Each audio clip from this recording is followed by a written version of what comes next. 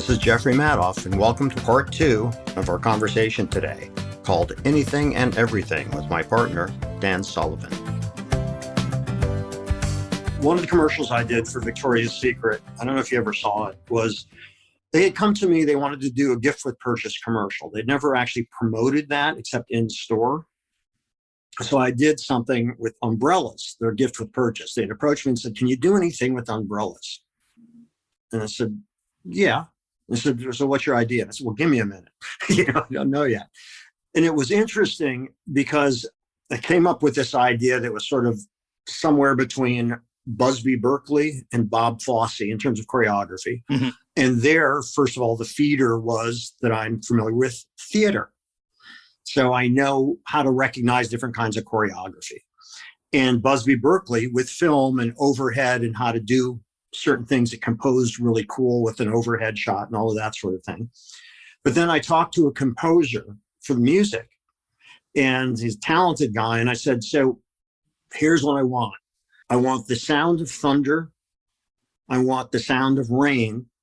And I want all of the percussion to be either the wooden tip of the umbrella tapping on the floor or the sound of the, spring-loaded opening. So, when it opens. And I want you to create the track out of actual sounds of the umbrella." He said, "Actual sounds of the umbrella?" I said, "Yeah, I want you to do that." And he kind of laughed and he said, "All right, well, I never did that before." I said, "What do you think?" He said, "Actually, it's cool. I want to do it." And, to what you're saying, when you work with good people and you give them a creative challenge, that engages them. Oh, yeah. So the piece came out fabulous. He did a really cool job. And then we would talk for other jobs. He'd go, "So what else you got for me?" And I didn't know how to do it, but I knew that pushing his talents and that he's so creative. And that takes me to another segue in this because, we're talking about how we know what to do and so on. But I think it's also really important to know what you don't know. Mm-hmm. And find complementary talents. Well, what are your thoughts on that? Yeah, well, the big thing, is that most people develop, and I'm talking about most people when they make their way in the adult world and they get a job in that, they're working with various means, methods, processes. They're working with technology or techniques or tools. They're working with tools, but they're doing sort of commoditized work. They're kind of doing commoditized work with it. Okay. And that would really wear me out really, really fast. I mean, after you've done it 2 or 3 times or, you get to it where, okay, I got that. And they said, well, now you only have to do that another 25 years until retirement. And what fun. Yeah. The future discourages you. That the notion of a repetitive future really discourages you. But the other thing is that, you thought about that. You were using somebody's talent as an instrument. Yeah, that's right. And you weren't training him how to do it. He was already trained on how to do it. I mean, you weren't going to tell him, and I want you to handle the umbrella like this. And, I was thinking there's about 5 sounds that an umbrella makes. If you hit the switch, you do that. But it was so funny just to bring back 2 things that you told me that I want to build into this. You said 2 things. You said the big routines. Busby Berkeley. Busby Berkeley. Well, immediately I knew what you meant by Busby Berkeley because I could see it, with 500 dancers and, coming down staircases and everything else. But then Bob Fosse, my mind went immediately to Chicago. Exactly. That's right. Yeah. Yeah. So all you had to do is say those 2 things and I had the complete visuals. Well, that's the shortcuts that you get when you work with people. You have your own language and you can just say, it's kind of like Busby Berkeley and Bregel, angry Bregel. But the other thing is that what I notice is that you use teamwork almost as a creative instrument. Absolutely. Absolutely. Yeah. Probably the most interesting thing is the creation of the jazz album, Miles Davis, Kind of Blue, which was done, within a mile of maybe where you're living right now. I don't know if it's the greatest jazz album of all time. And it was done in 2 3-hour sets. And he brought in people who collectively had an average of about 35, 40 years experience. And he brought them in. And these are just, Cannonball Adderley and all the, and he just had a sketch and he said, well, there's about 5 or 6 movements here. And this one looks kind of like this. And this looks like this. And they just started playing and he would just nod to people and then they would do their thing. And then he nod to somebody else and do their thing. This is probably another segue, but you do get these riffs and all these people had hundreds of riffs. So he knew what they were capable of and he could give them enough indication of this is how you're going to play it. So I'll start off and I'll kind of set the tone here. And then I'll turn to you, Cannonball. And Cannonball, you do this. And then we'll go over here and we'll do this. And my sense is the control that you talked about right at the beginning of this talk, it's control for a purpose. Mm-hmm. It's control for a purpose. It's not a control just for control. It's control so that you can create something that's never been created before. Yeah. It's interesting. 2 thoughts that triggered. One of my favorite musicians is Frank Zappa. And I was talking to Mike Keneally. Mike Keneally is a staggering guitar player who played for Zappa, toured with him for a few years in the 80s. And Keneally is one of these guys that can hear anything and play anything. And by the way, can't read music. So I was talking to him after I was at a concert of his. And I said, what was it like when you auditioned for Zappa? And he said, well, I went there, couldn't afford a car, but I hired one anyhow so I could sit in the back and work on all the fingerings of all of his stuff. So I walked in carrying the guitar by the neck, and he said to me, nice case. And so we started doing things. And Zappa's roots were he was a drummer. So what he kept doing was changing tempo. And he was changing tempo faster and faster and faster and faster until Keneally couldn't do it. And he's crestfallen. And he just starts to walk away. And Zappa said to him, where are you going?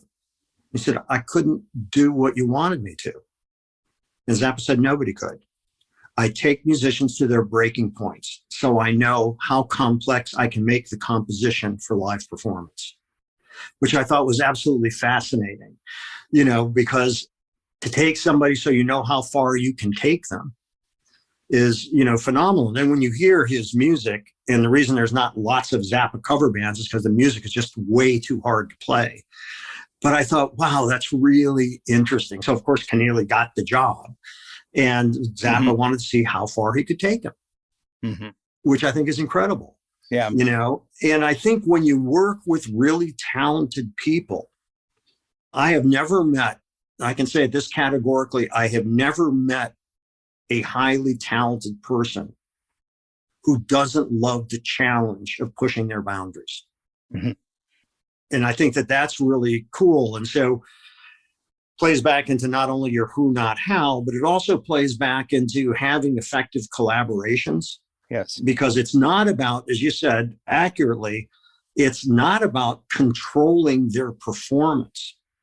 It's about jointly creating something that has a certain structure to it, and knowing what you don't know. I initially thought, I don't know even if you knew this, with my play Personality, I initially was going to direct it. I know how to direct talent, but I realized I don't know stage blocking.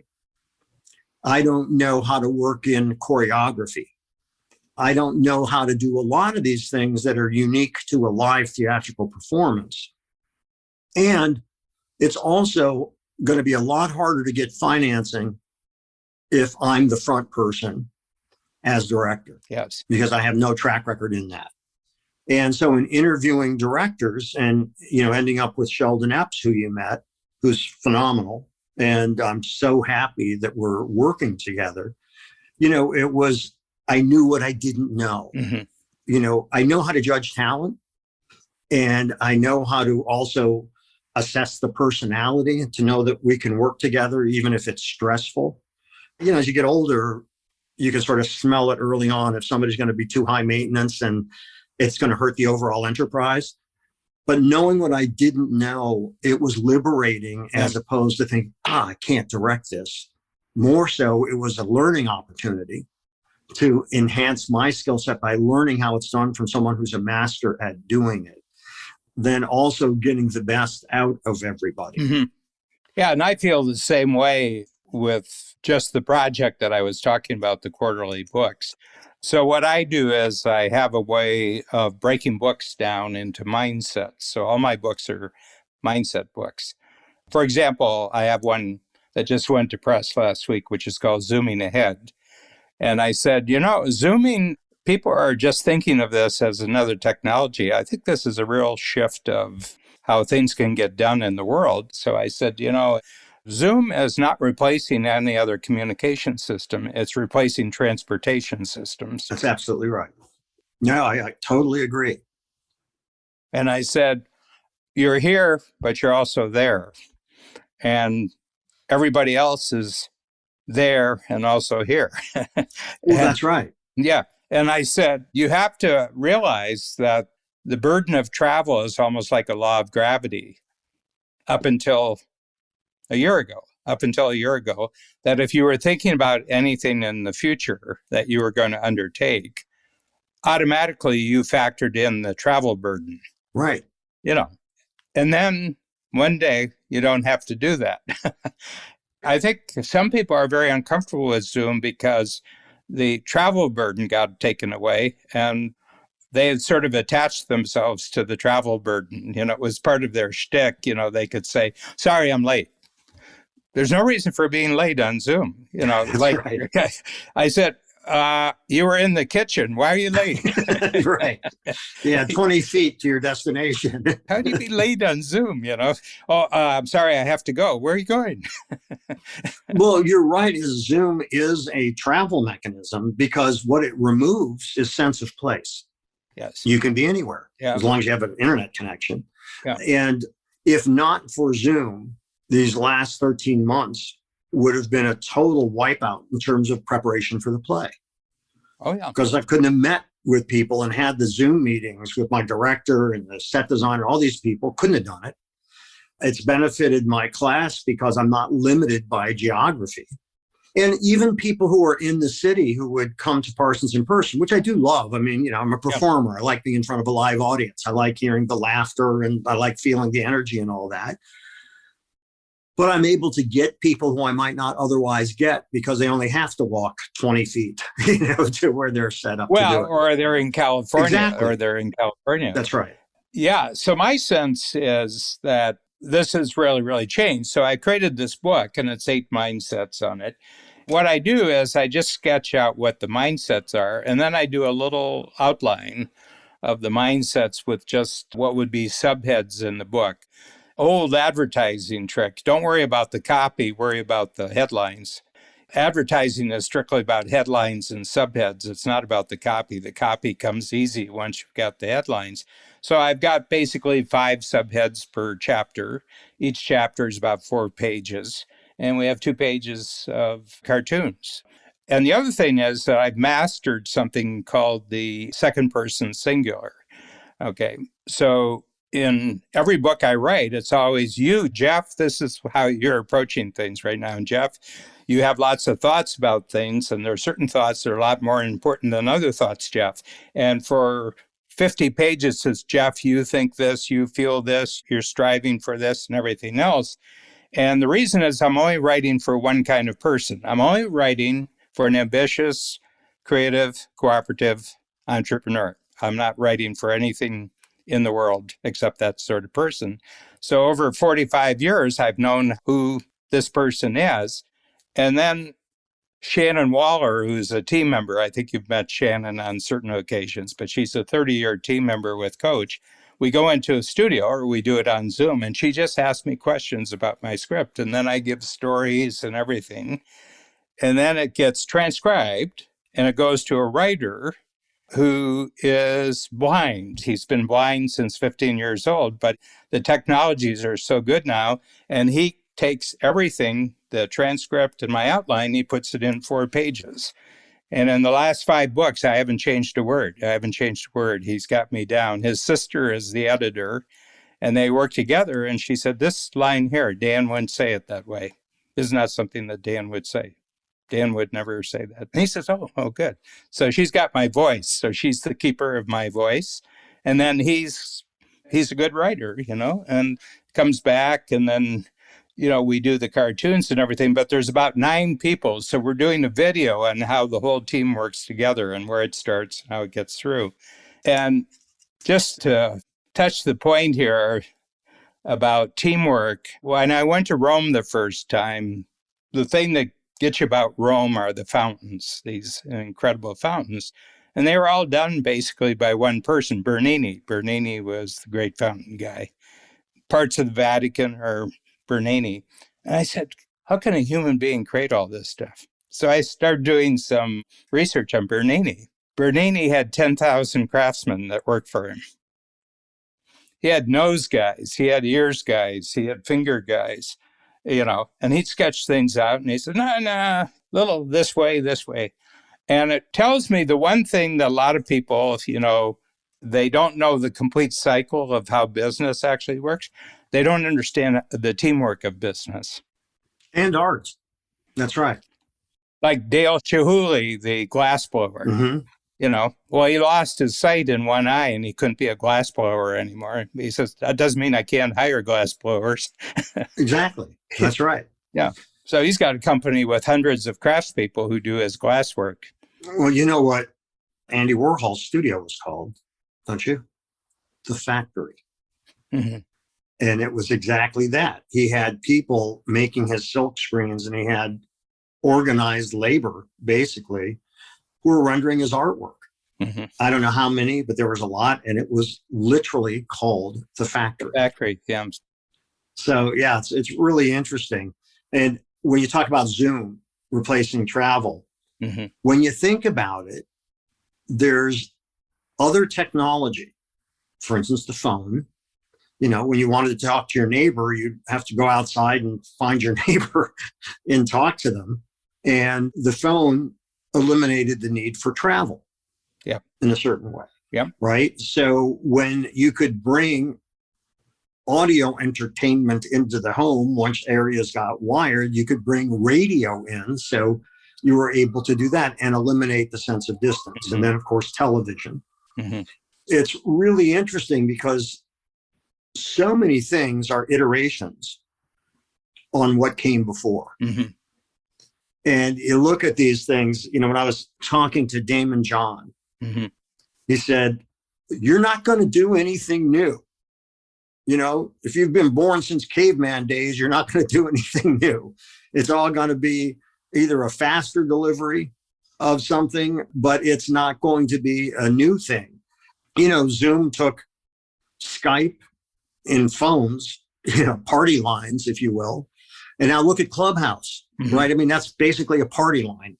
Mm-hmm. It's really fascinating when you break this stuff down, because I love looking at the antecedents to things. Mm-hmm. And when you realize, wow, that was a magical switch, that somebody put those two things that already existed together in a unique way or for a unique mm-hmm. audience. Mm-hmm.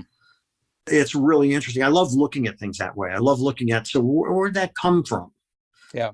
Well, you just recommended to me about 3 months ago a brand new author, and I've read all 3 of his books, and this is Tim Wu. Yeah. Tim Wu, and I have discussion groups, and I give it out to entrepreneurs. His book, The Master Switch, I gave out to everybody. And I said, what I do when I give out the book, I'll find a really good YouTube of where he's being interviewed. And then I'll get the best book review of the book. And I said, look, I know different people approach information differently. So I said, you can read the book, or you can watch the video, which is about 45 minutes, where he covers the main points because the interview is about the book. Or you can read 3 pages of a really good review. But I said, he's really onto something very, very important. I said, of all the books that I've read over the last year, I think he's on to, better than anyone else I've seen, he's really on to something really important here, that information businesses are really different from other businesses. There's something here where they want to control how you think. Hmm.